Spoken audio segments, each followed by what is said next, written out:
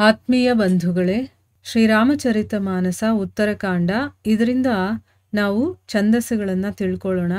J ಚರಣ ಶಿವ ಅಜ ಪೂಜ್ಯ ರಜ ಶುಭ ಪರಸಿ ಮುನಿಪತಿನಿ ತರಿ ನಖ ನಿರ್ಗತಾ ಮುನಿ ಬಂದಿತ ತ್ರೈಲೋಕ ಪಾವನಿ ಸುರಸರಿ ಧ್ವಜ ಕುಲಿಸ ಅಂಕುಶ ಕಂಜ ಜುತ ಬನ घिरत कंटक किन लहे पद कंज द्वंद मुकुंद राम रमेश नित्य भजामहे अभ्यक्त मूल मनादि तरु त्वच चारी निगमागम भने षट कंध शाखा पंच बीस अनेक पर्ण सुमन घने फल जुगल विधि कटु मधुर बेली अकेली जेहि आश्रित रहे पल्लवत फूलत नवल नित संसार बिटप नमामहे जे ब्रह्म अजमद्वैत मनुभव गम्य मन पर ध्यावहि ते कहहु जानहु नाथ हम तव सगुन जस नित गावहि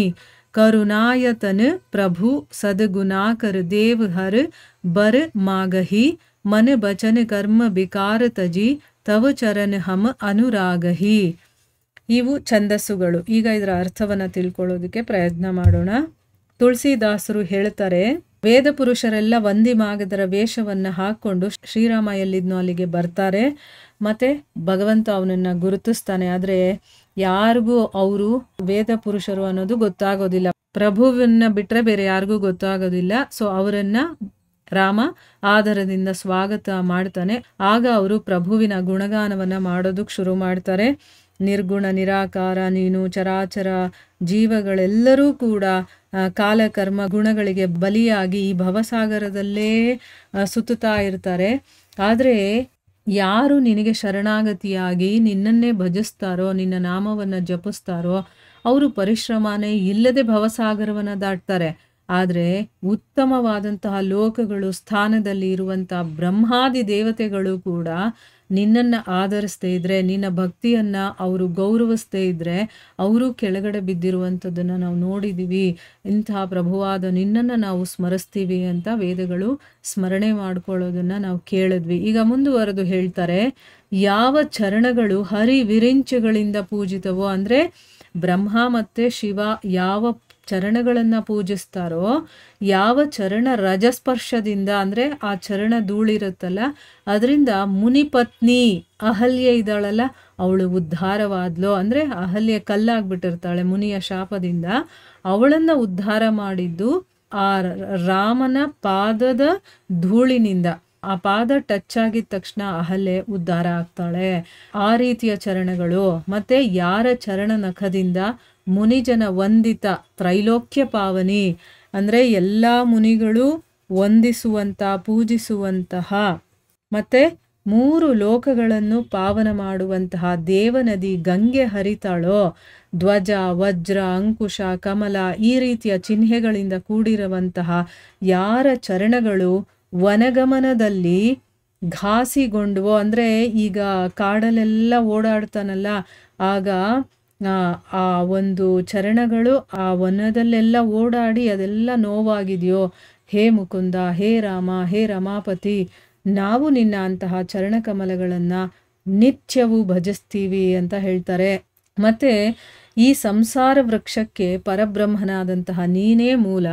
ನಿನ್ನ ಸ್ವರೂಪ ಅವ್ಯಕ್ತವಾಗಿರುವಂಥದ್ದು, ಅನಾದಿಯಾಗಿರುವಂಥದ್ದು, ಅಂದರೆ ಶಾಶ್ವತವಾಗಿರುವಂಥದ್ದು. ಮತ್ತೆ ಈ ಸಂಸಾರ ವೃಕ್ಷ ಸ್ವರೂಪವೆಲ್ಲದರಲ್ಲೂ ಕೂಡ ನೀನೇ ವಿರಾಜಮಾನನಾಗಿದೆಯಾ. ಈ ವೃಕ್ಷಕ್ಕೆ ಚತುರ್ವಿಧ ಪುರುಷಾರ್ಥಗಳು, 4 ಕಾಂಡಗಳು. ನೋಡಿ, ಈಗ ಒಂದು ಮರಕ್ಕೆ ಹೋಲಿಸಿ, ಅಂದರೆ ಒಂದು ದೊಡ್ಡ ಸಂಸಾರ ಅನ್ನುವಂಥದ್ದೇ ಒಂದು ವೃಕ್ಷ ಅಂತ ತಗೊಂಡ್ರೆ ಅದರಲ್ಲಿ ನೀನು ವಿರಾಜಮಾನನಾಗಿದೆಯಾ, ಅಂದರೆ ಒಂದು ವೃಕ್ಷದ ರೂಪದಲ್ಲಿ ನೀನು ವಿರಾಜಮಾನನಾಗಿದೆಯಾ. ಆ ವೃಕ್ಷಕ್ಕಿರುವಂಥ ಕಾಂಡಗಳು ಯಾವುದು ಅಂತಂದರೆ 4 ಚತುರ್ವಿಧ ಪುರುಷಾರ್ಥಗಳು. ಯಾವುದು ಪುರುಷಾರ್ಥಗಳು? ಧರ್ಮ, ಅರ್ಥ, ಕಾಮ, ಮೋಕ್ಷ ಅನ್ನುವಂಥದ್ದು.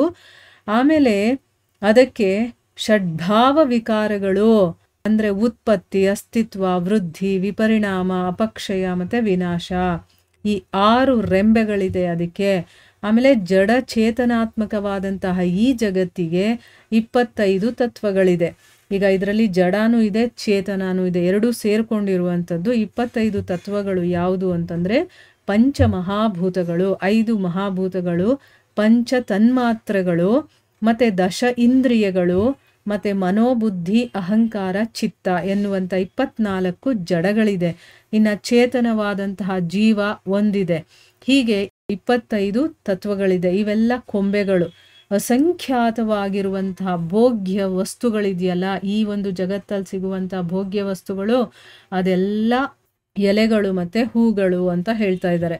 ಆಮೇಲೆ ಭೋಗ ಮತ್ತು ಮೋಕ್ಷ, ಇಲ್ಲ ಭೋಗಿಸ್ಬೇಕು ಇಲ್ಲ ಮೋಕ್ಷವನ್ನು ಪಡೆಯೋದು, ಇದೆರಡು ಏನು ಅಂತಂದರೆ ಫಲಗಳು. ಧರ್ಮ ಮೋಕ್ಷ ರೂಪಿ ಫಲ ಮಧುರವಾಗಿರುತ್ತೆ, ಶಾಶ್ವತವಾಗಿರುತ್ತೆ. ಇನ್ನು ಅರ್ಥಕಾಮ ಫಲಗಳಿದೆಯಲ್ಲ ಅದು ಕಹಿಯಾಗಿರುತ್ತೆ ಮತ್ತು ಅಶಾಶ್ವತವಾಗಿರುತ್ತೆ. ಮುಂದುವರೆದು ಹೇಳ್ತಾರೆ, ಮಾಯೆ ಅನ್ನುವಂತಹ ಬಳ್ಳಿ ಇದೆಯಲ್ಲ, ಈ ಒಂದು ಜಗತ್ ವೃಕ್ಷದಲ್ಲಿ ಎಲ್ಲ ಕಡೆನೂ ವ್ಯಾಪಿಸ್ಕೊಂಡಿದೆ. ಈಗ ಬಳ್ಳಿ ನೋಡಿದ್ರೆ ಒಂದು ಗಿಡಕ್ಕೆ ಹೇಗೆ ವ್ಯಾಪಿಸ್ಕೊಂಡ್ಬಿಡುತ್ತೋ ಆ ರೀತಿ ಮಾಯೆ ಅನ್ನೋದು ವ್ಯಾಪಿಸ್ಕೊಂಡಿದೆ. ಇದು ಭಗವಂತನನ್ನು ಆಶ್ರಯಿಸಿ ಅವನಿಗೆ ಅಧೀನವಾಗಿದೆ.